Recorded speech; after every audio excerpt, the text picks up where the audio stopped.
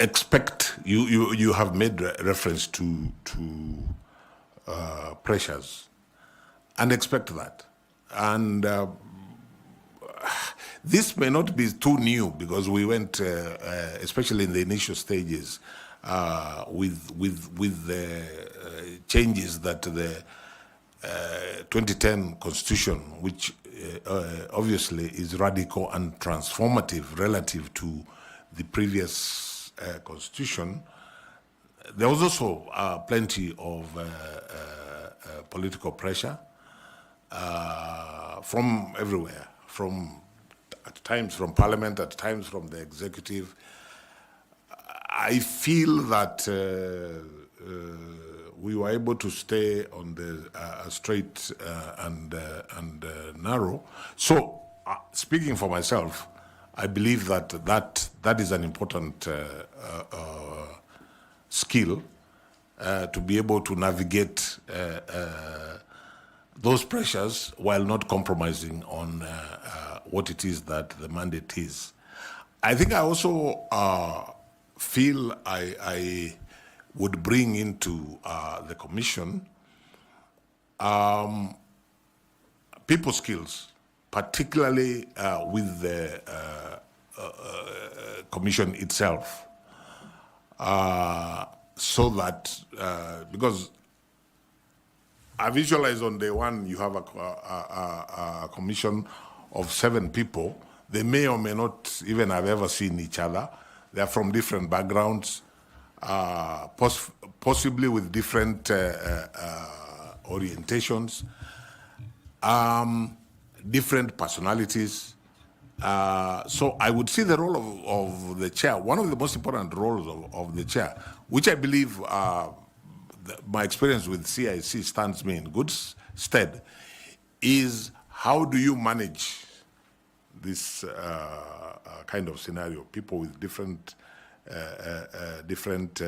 orientation, people with different personalities. I feel that mainly because if you ask me about my personality, people have told me this, and I believe it to be true. One of the gifts God gave me is to listen. And I think it's very important when you're dealing in that kind of scenario to listen. And that way you are able to manage people a little better. So I would say the people skills, I would say the courage to do that which is right, irrespective. And I have thought about these things. A close friend of mine, a very close friend of mine, a professional colleague, when I told him I am applying for this job, he told me, my brother, are you sure you want to do that? I asked, many people have asked me that question. I said, yes. He told me why. I asked him why. He told me, you should be ready to either lose your life or your integrity. That's exactly the words that he used. I told him, no, I do not intend to lose my life in serving the people of Kenya as chair or commissioner of IEBC. And I have no intention at any point of compromising on integrity. And I think it's defeatist.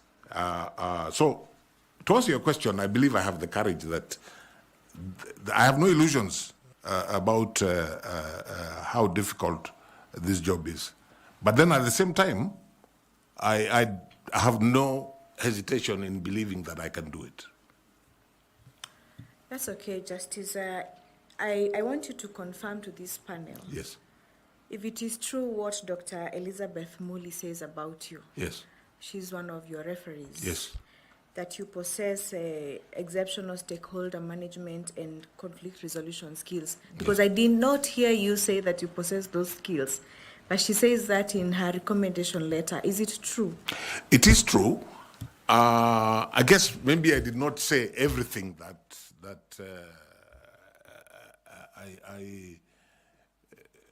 I would, or maybe I did not put it the way that Dr. Muli has put it in that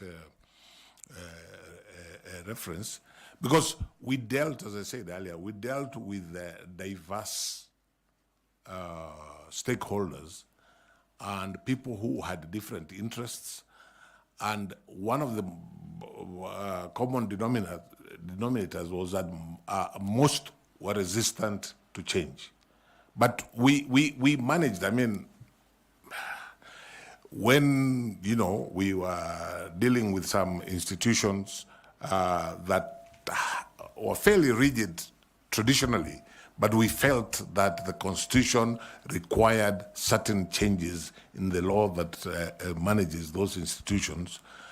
We had long negotiations, and these are not people you can just talk down to. You have to convince them, persuade them, and by and large, we succeeded. But let me say this. Dr. Muli is overly kind to me, because the truth of the matter is we were able to do that because we worked together as a team. I wouldn't say that happened because, and only because Charles Nyachae had those skills. It happened because we had a team which could work together, which could share how to manage, whether it is conflict or different ideas from stakeholders that we are dealing with. We were able to do that together as a team. I think that's fine. Thank you very much. Thank you very much. Chairman. Thank you. I will invite Karo Kituku to engage you with some questions. Thank you very much, Chairman. Mr. Nyachae, you'll allow me to ask like 3 questions or 2 questions. The Constitution at Article 86 contemplates the use of a voting method that is accurate, verifiable, simple, transparent, and accountable. In the 2013 elections, 2017 and 2022, the IEBC deployed technology.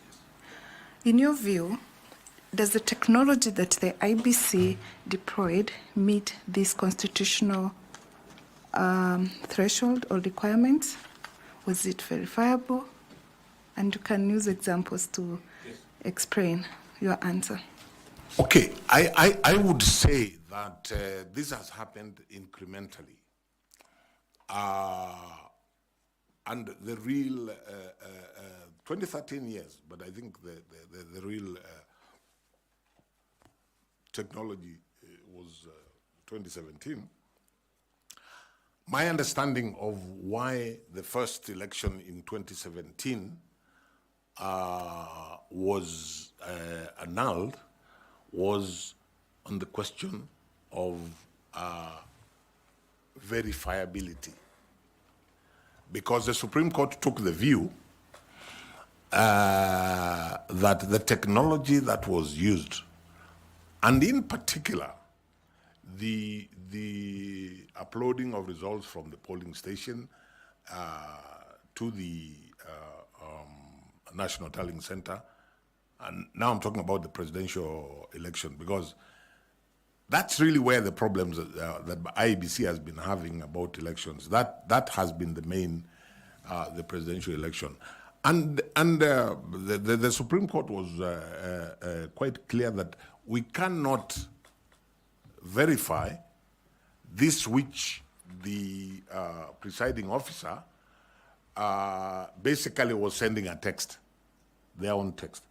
And that's why the Supreme Court required the uploading and the actual transmitting of what is known as Form 34A.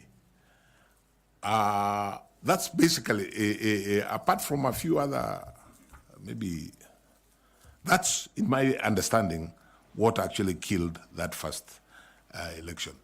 And that being the case, I would say that, and I think the Supreme Court also took the view that 2022 was a significant improvement, and on the what remains to be done, in my view, has more to do not so much with the fact that the election may not be verifiable, but it has more to do with the ordinary Kenyan remaining persuaded that it is verifiable. If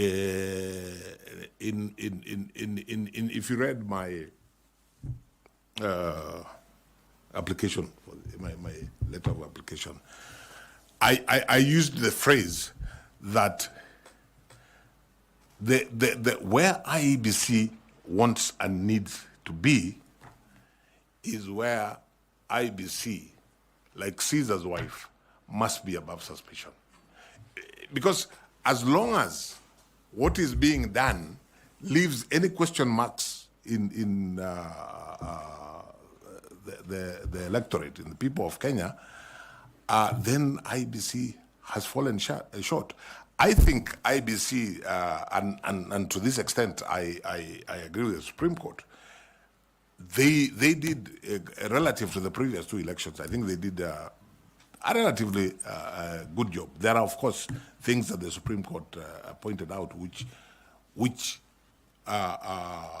could be done better.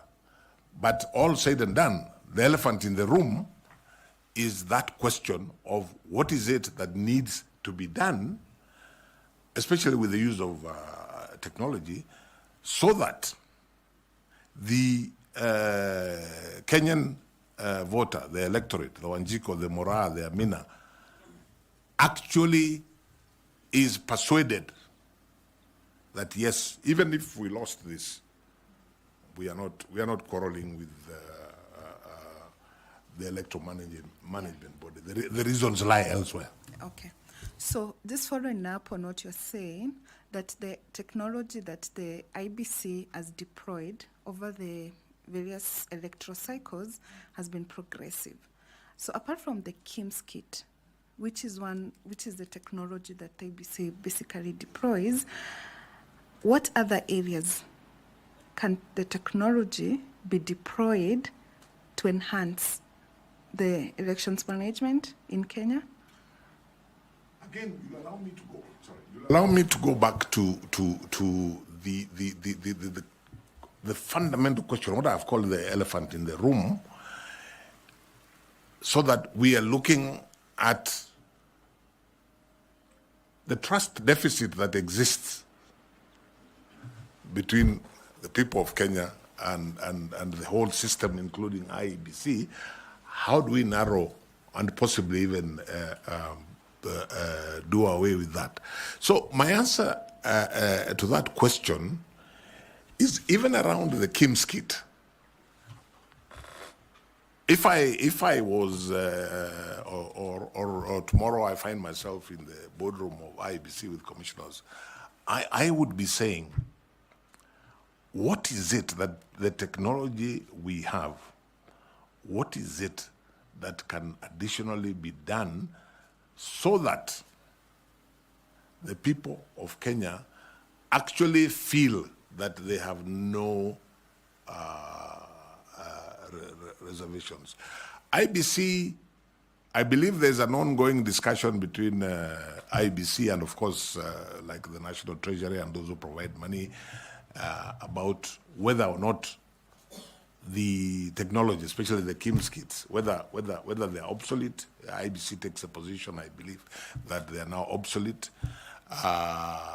So that's an issue that needs to be resolved. I am aware that one of the things because currently, what the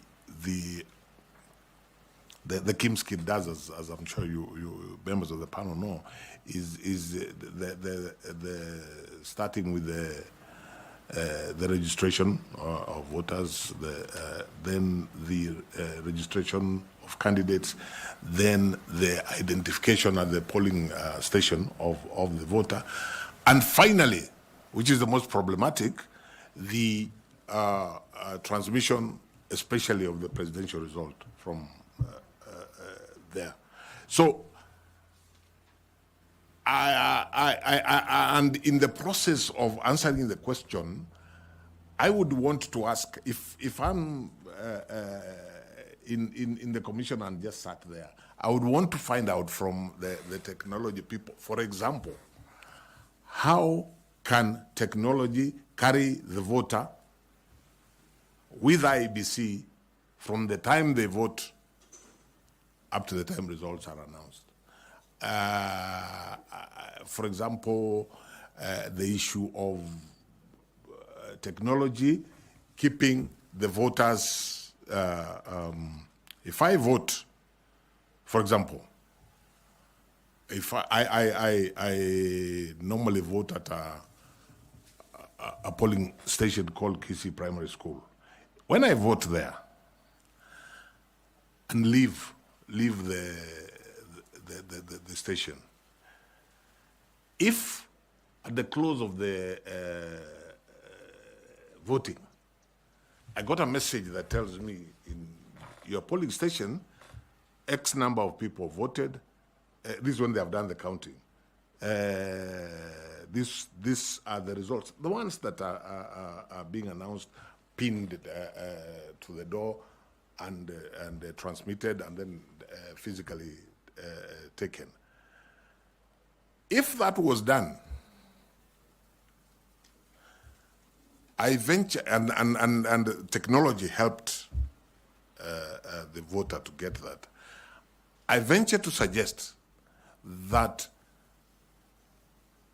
a Kenyan who was so minded could actually do the arithmetic themselves. So by the time IEBC is announcing the result, they are able to, if they are so minded, to do that arithmetic, whether through their political parties or not. So I think what I would be asking, not being a technology person myself, my question will still remain what I would be asking the technology people. What is it additional that we can do the voter to feel that there's nothing going on wrong, there's nothing they've missed? Yeah. My last question. So the law and there are instances that the technology does fail. Yes. It's technology, it can fail. So the law envisages that IBC should contemplate having a complementary system. Two questions. What is this complementary system? And the second question, how would you ensure that that complementary system remains credible, transparent, verifiable, accurate, and accountable? Okay, the first question. Put on your mic, Justice. I'm sorry, Chair. The first question, what is this alternative? This was the subject of litigation. Of course, having another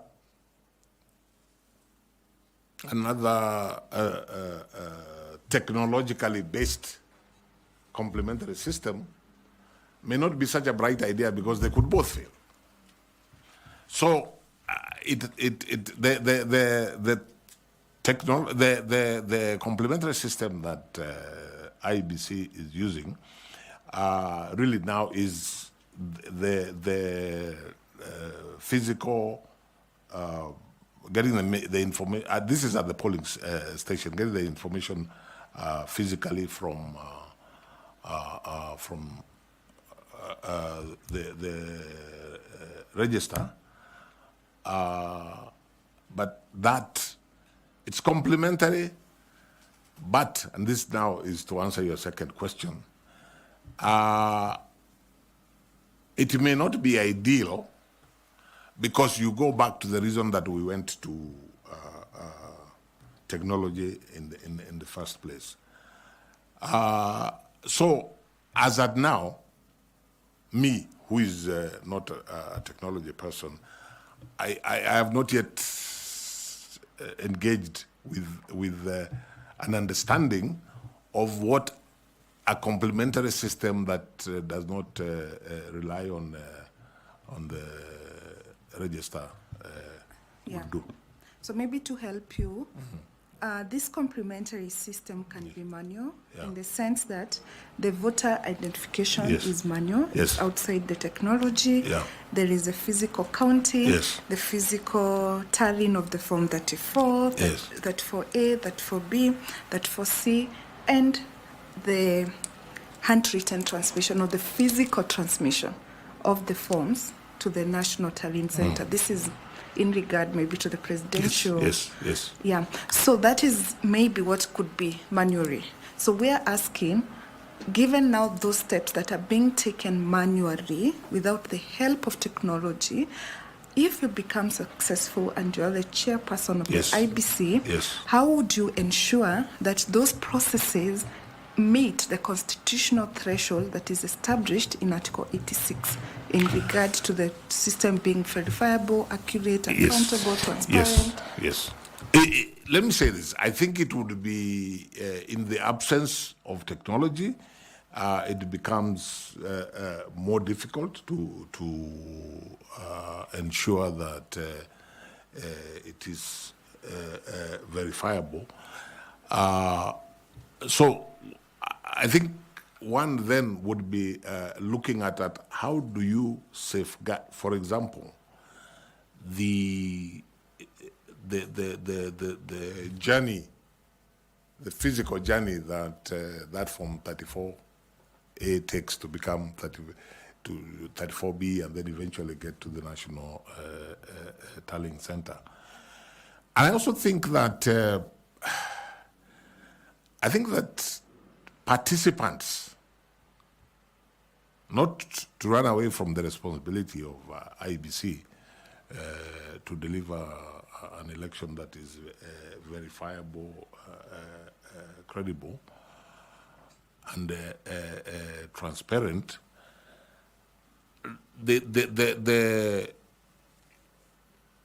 players in the political parties, the candidates, I think need to play a bigger role in terms of protecting that process, and that requires, I think, engagement between IEBC and the stakeholders in coming up with an alternative system, which, as I hear you, would be entirely devoid of technology, which of course means that we are going back to where we started. Okay. Thank you, Chair. Thank you very much. We are almost halfway through, so be concise in your responses. I want to invite Dr. Koki to ask some questions. Thank you very much, Chair. Mr. Justice Nyachae, you mentioned that you have been in the democratization movement in Kenya, and indeed it is true, we have worked together. My question is, one of the issues that has really concerned democracy, has hampered democracy in Kenya, is and has contributed to divisive politics, is a system of first past the post, or what we have in Kenya, that leads to results that the winning candidate takes all, where the winner takes all. And one of the concerns that, of course, there are many ideas that have been advanced on how to improve the democracy and the electoral landscape by introducing different types of electoral systems. For example, mixed member proportional representation, etc., which addresses some of these divisive elections. Why do you think that has not succeeded in Kenya, and you have been involved in this process for that long? That's the first question. My own view is that I think there are probably several reasons which pertain to our type of politics, which sadly is not always issue-based. And that's why even political parties, to actually achieve issue-based political parties has been a challenge. And that's why, for example, proportional representation may not work, because you have a mindset. We want our own representative in this particular locality or in this particular community, who we see as our representative. It's not about issues. That, I think, is a reality. But let me say this. Those who, in the democratization process, as you will recall, Dr. Muli, we tended to deal with much more basic things. And we really didn't get, at that time, to the stage where we are looking at, for example, alternative kinds of elections. I always ask, whenever I hear that argument, I always ask myself, why does first past the post work in very many other systems, but it's a challenge? It's a challenge in Kenya. The people of Kenya, I think, promulgated a constitution as they saw fit, how they wanted to be governed. And perhaps, and our politics tends to revolve around individuals. Perhaps a solution would be to have a system where, yes, first past the post, for example, if you're talking about a presidential election, but then you have individuals who have huge followings, and when they lose an election, whichever way they lose an election, their followers just feel, then we are done for. If our person did not get it, then we are done for. So to me, not being pessimistic, but I wouldn't start with trying to change the system so that we have, say, proportional representation, which I personally favor. I would begin it from the pragmatic perspective of, is there a way that we can ensure that participants in an election at the end of that process are not feeling excluded from the body politic? Thank you. Justice Nyachae, perhaps you can share with the panel some ideas on how we can address this issue in Kenya, this perennial problem of divisive politics, and when at the end of election results where they are not being accepted, and after elections we have those members, you're saying the followers of the losing candidate, the first runners-up, as a lot of votes that have just gone to waste. Yes. How do we address that so that we can make Kenyans appreciate and accept the results of the elections? I think the first thing I would say, Dr. Muli, is that what we were discussing a minute ago, where we want to get to a situation where the people of Kenya have faith in the system, and to the extent that they are more likely to accept the result. I don't want to speak too much, the chair warned me, but let me just give a quick example. I'm not a great football fan, chair, but in 2014, by God's grace, I got an opportunity to go and watch the World Cup final in Rio in Brazil. You know, thousands of people in that stadium, and everybody with very strong views in terms of who they are supporting. At the end of the match, you just had two reactions. Those who won were jubilant. Those who lost left there feeling dejected. But what you didn't have is a scenario of those who lost saying, no, there was something not right here. Of course, there are things like, I forget what they call it, where nowadays there's technology assists to follow some of those things. But the important thing is, how do you, in answer to Dr. Muli's question, how do we get to a situation, and that's the first part, a situation where people have faith in that system. So if they lose, they're just dejected, but they don't cry foul. The second team, the second side of it, I think if we accept as a people that we have this problem that is perennial, where we have difficulties in accepting the results and so on,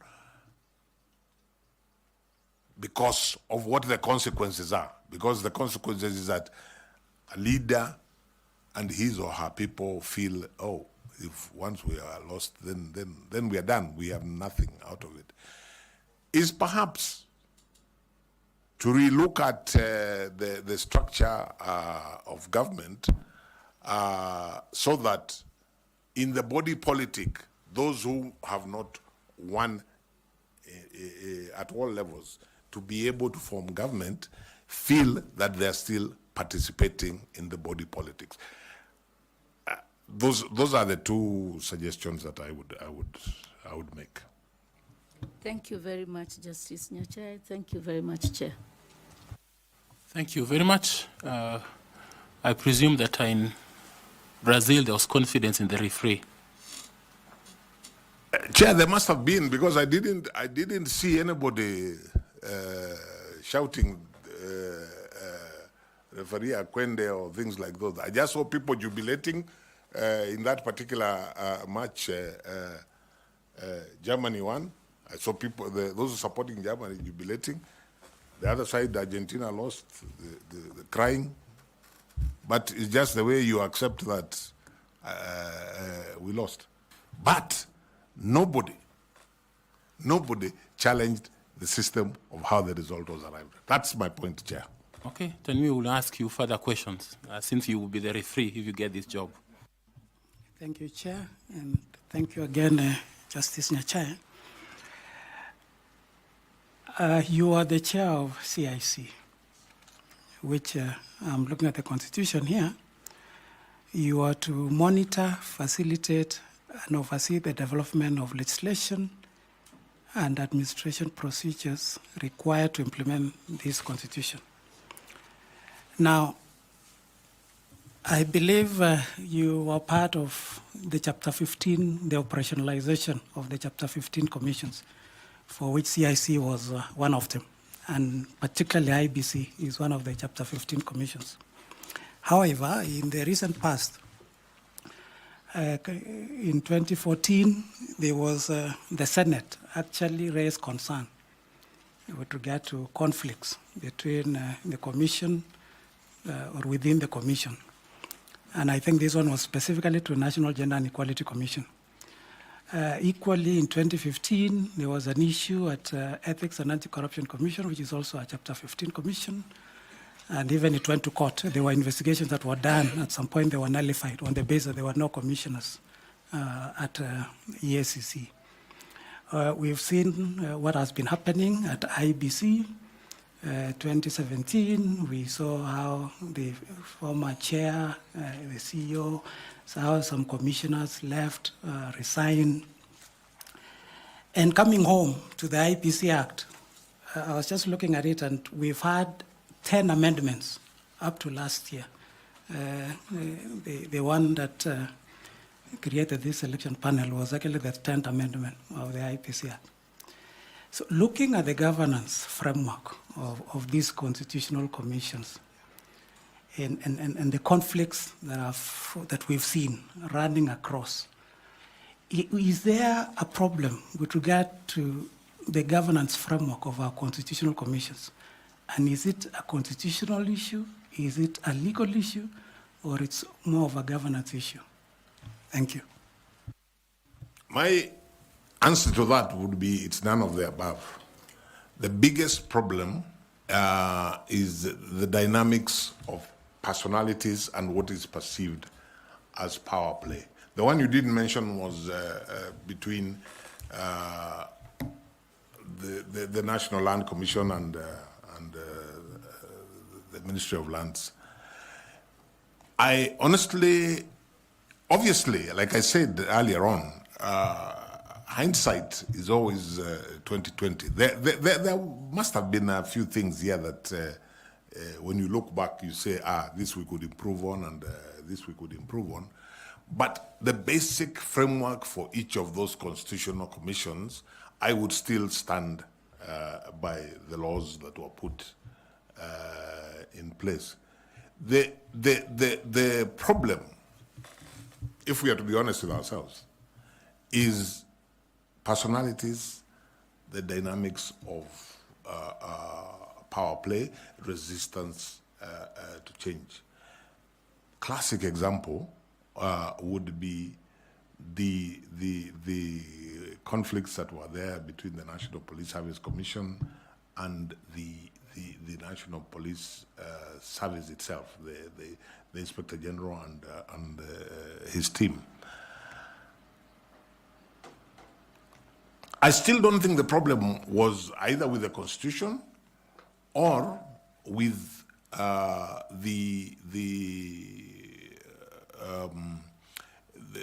either with the Constitution or the laws made to implement the Constitution. I think it has more to do with a situation where one side or other is resisting change. You know, we must not forget at any point that the 2010 Constitution was and remains a radical document, a transformative document, relative to where we were before. So when you tell a senior police officer, take the IG, and I mean, it's just an example, I'm not accusing the IG of anything, that you were able to do this previously, but now under the constitutional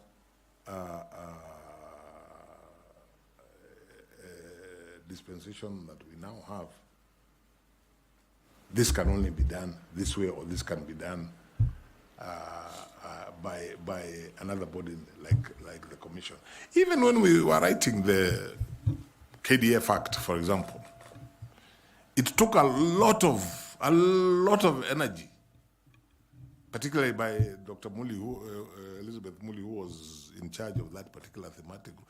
It took a lot of energy, negotiation, for the military to understand a concept called civilian oversight, which is in the Constitution.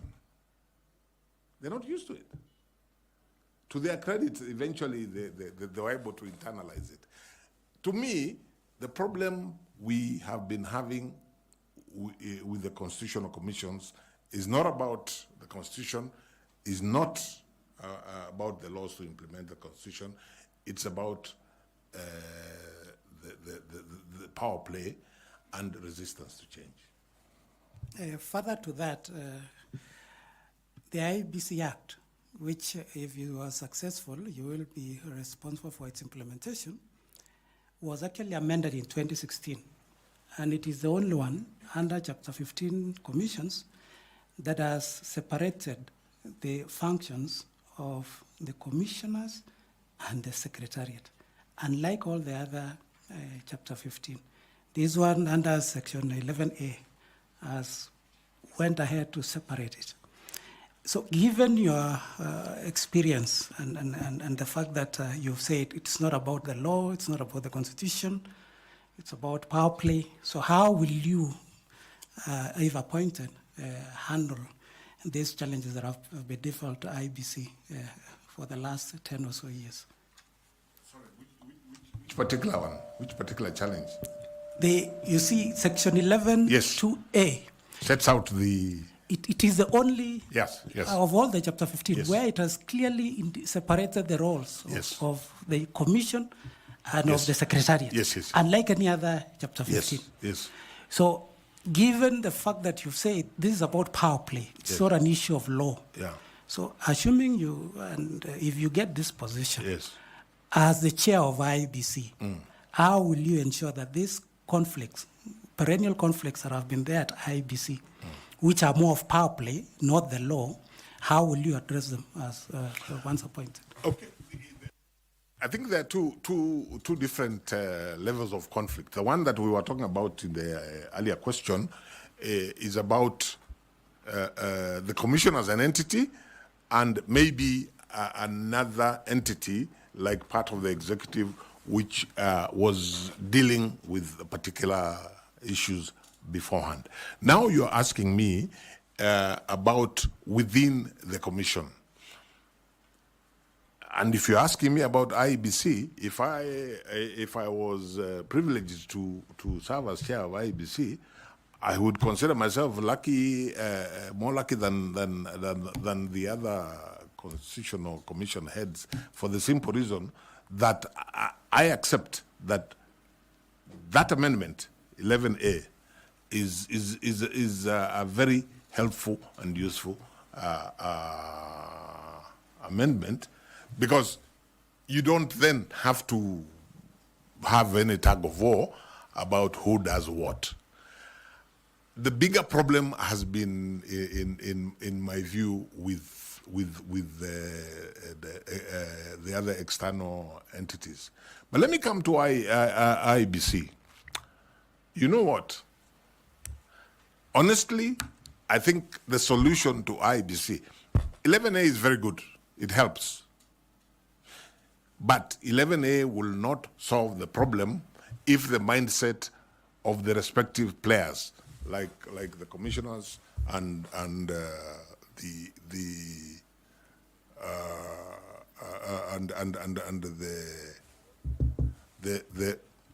the secretariat, you know, are mentally operating from different perspectives. That amendment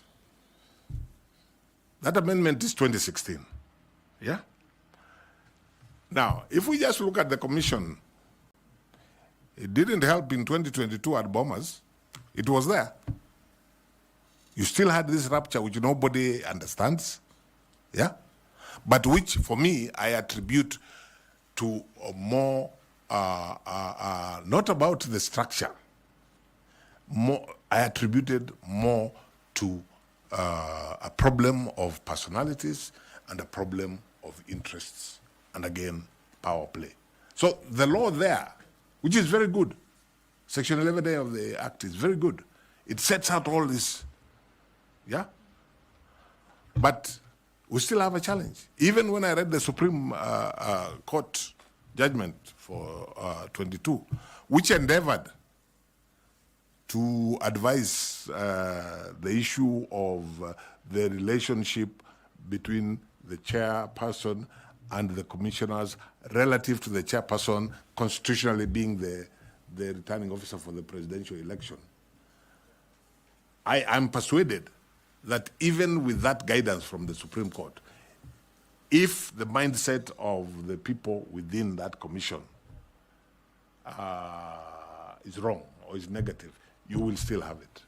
So maybe I'm going further than the question you asked me, but if I was to find favor in the position that I have applied for, and I was find myself as chair of the commission, I would consider one of my most urgent and major tasks is how to make 7 people every person has come from wherever they have come from, how to turn that into a team which focuses on what the mandate is and how each of them individually can deliver for a collective discharge of the mandate. And for me, as an individual, I consider that my experience at CIC would stand me in good stead. Thank you very much. I'll ask Misati Evans to take up some questions. Thanks so much. Let me call you Charles. That's what I'm used to calling you. Now, from what you have just answered, it will be